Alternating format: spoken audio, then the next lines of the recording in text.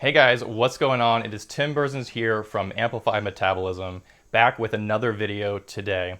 Now, if you've been following my channel recently, you know that we've been doing a lot of podcasts, but I also want to continue doing these one-on-one conversations so that I can really get across the important things that need to be done in order to improve your metabolism, improve your energy, get better sleep, live that higher quality life that you really want. So in this video, we're going to be talking about the top 3 ways to decrease inflammation. So to start out, let's talk about what inflammation even is. Inflammation essentially is when a cell swells up with water in response to some sort of stress. This is its basic mechanism for how it deals with stress, or how it signals to all the proteins within it, to all the other cells around it, that there's some sort of stress response going on. And in fact, this swelling, this increase of water inside of the cell, creates a different structure for the proteins to exist in, and that's a part of where the cell actually changes its behavior and changes its function, because those proteins are now interacting differently. So when all the cells of a tissue are inflamed because there's some sort of, say it's a muscle injury or something like that, some sort of stress, then what's going to happen is the entire tissue is going to swell, and you're going to feel it in your body as that swollen, stiff muscle. But that also happens all throughout your body. It's not just a muscular thing. It happens in your organs, happens in blood vessels. And if it goes on for too long, which basically means that some sort of stress is going on for far too long, then we run into some of the disease states. In your arteries and in your blood vessels, we can see that as heart disease. In different organs like your liver, you might see fatty liver start to come up, or some of the other diseases. And basically, inflammation is the very basic foundation of stress within your body.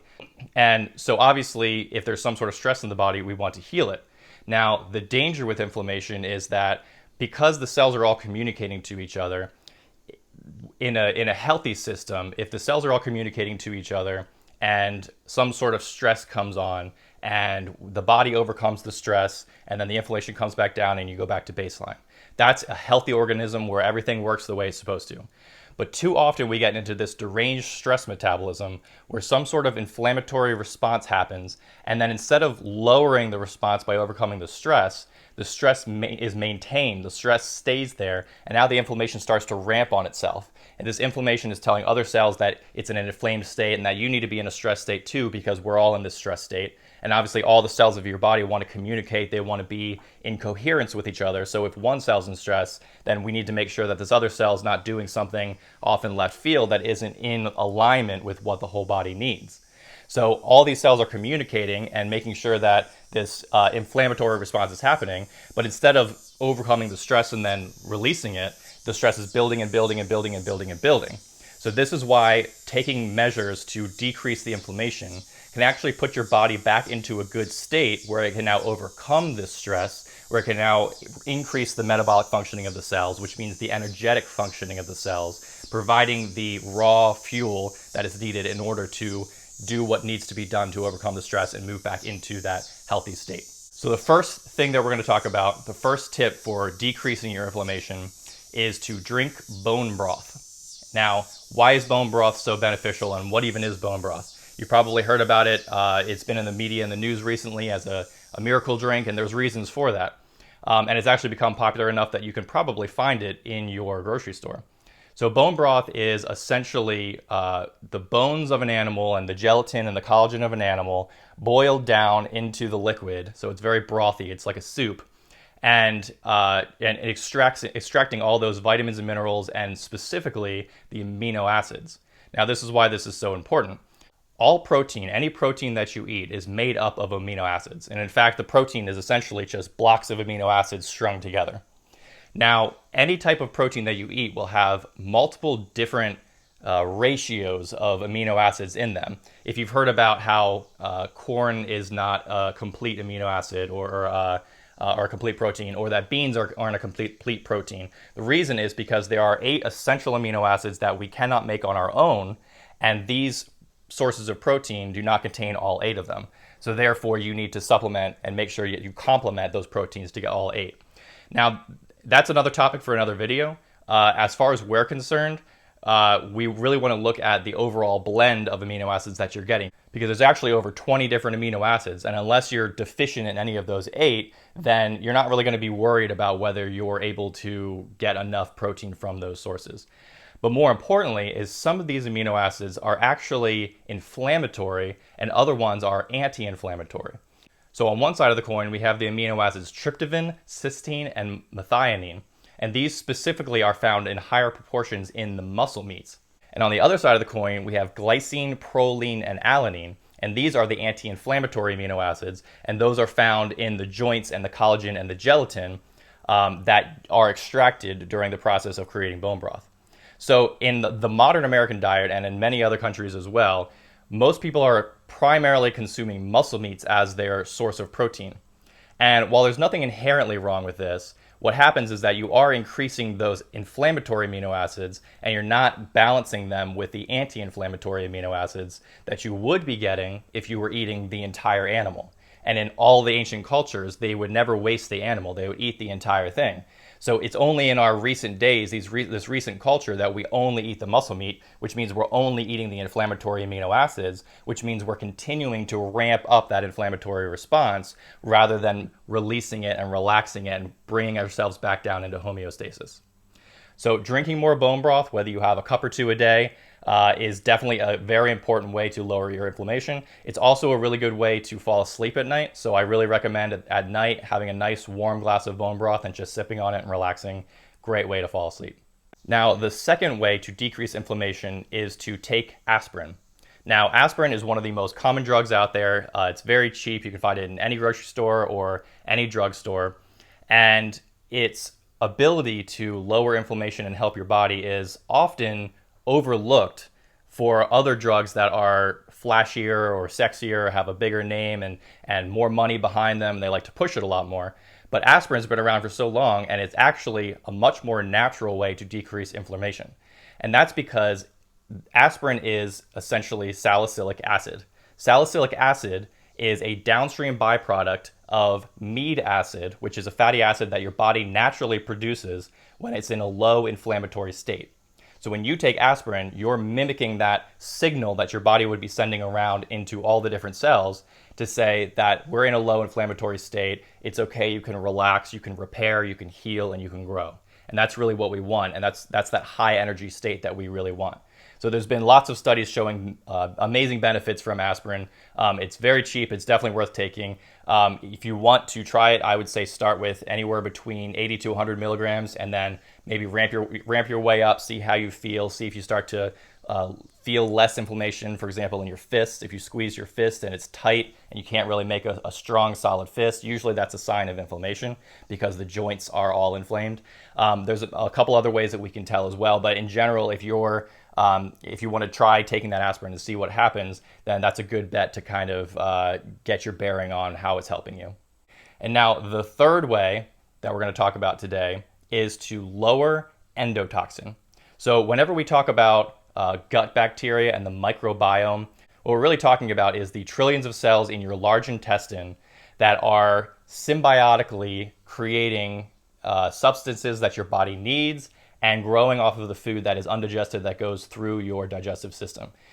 We need this. The gut bacteria is a very good thing. However, if it gets out of balance, that's when we have big problems, especially when we have too many bacteria that produce a substance called endotoxin, which is also called lipopolysaccharide, or abbreviated as LPS.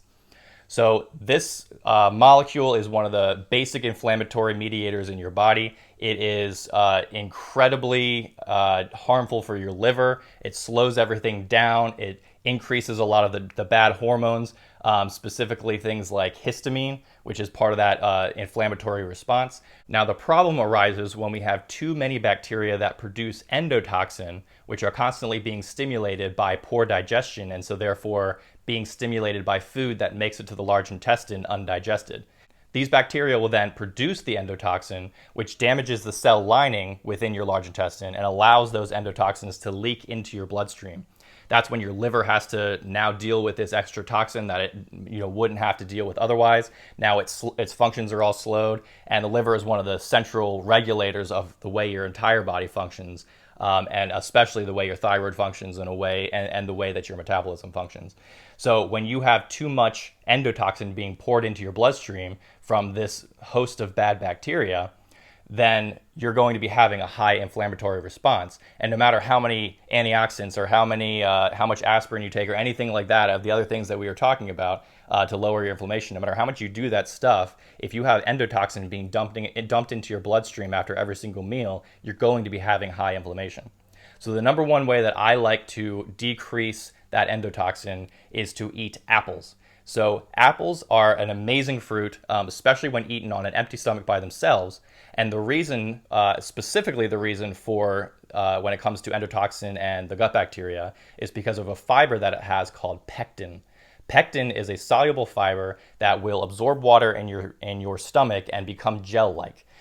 Your stomach and your small intestine do not digest this fiber, and so it moves all the way to the large intestine and adds bulk into your stool. So this is important because now with the food being bulky, it now touches all the sides of your intestines and helps to clean it all out. And specifically, pectin will not be used by those endotoxin producing bacteria. So what you're essentially doing is shifting the ratio by feeding the good bacteria and starving the bad bacteria. So I recommend having at least an apple a day on an empty stomach. If you really want to try this out, try 2 apples a day. And I think you'll notice a lot more benefits in your appetite and your mood and your digestion simply from doing this one thing. It's very powerful, and it surprised me when I first started really focusing on apples, specifically on an empty stomach. So with that, there you have it, the top 3 ways for decreasing inflammation in the body. Specifically drinking more bone broth, having a cup or 2 a day, especially at night, it's really helpful, or in the morning in replacement for coffee so that you don't overdo the caffeine. Taking aspirin, one of the most well-researched molecules that mimics the downstream effects of meat acid in your body, which is one of the most anti-inflammatory natural fatty acids that your body can produce to signal that it's in a low inflammatory state and that you can heal and repair and grow. And then eating at least 1 or 2 apples a day on an empty stomach, because that pectin fiber will improve the ratio of bad bacteria to good bacteria in your gut, and therefore reduce the endotoxin load that is being dumped into your bloodstream, and therefore reducing the inflammatory response that happens from that endotoxin, which is so common in so many people. So I hope that you guys got a lot out of this video. Please leave comments below if you have any questions or comments or other topics you'd like me to discuss. Please give me the thumbs up and like this video if you enjoyed this information. Share it with anyone who needs to hear it. Inflammation is such a big deal right now in so many people. It's the major cause of most health problems because stress is really at the core of all of these problems. So you definitely want to make sure that you're lowering your inflammation. And if you know someone who has high inflammation who would want to hear this and to understand this side of how to decrease inflammation and use these tips, please share it with them. It'd be much appreciated, and I want to get this information to as many people as possible.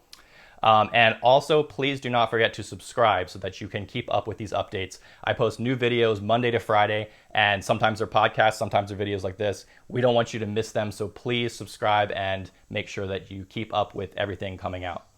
As a final note, I do have a Patreon account, which I will post in a link below.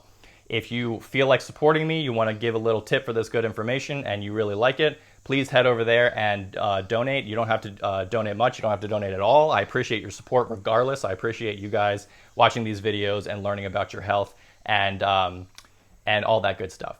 So with that, I hope that you guys have a wonderful rest of your day. Please keep in touch, and I can't wait to talk to you again soon. Have a good one. Peace.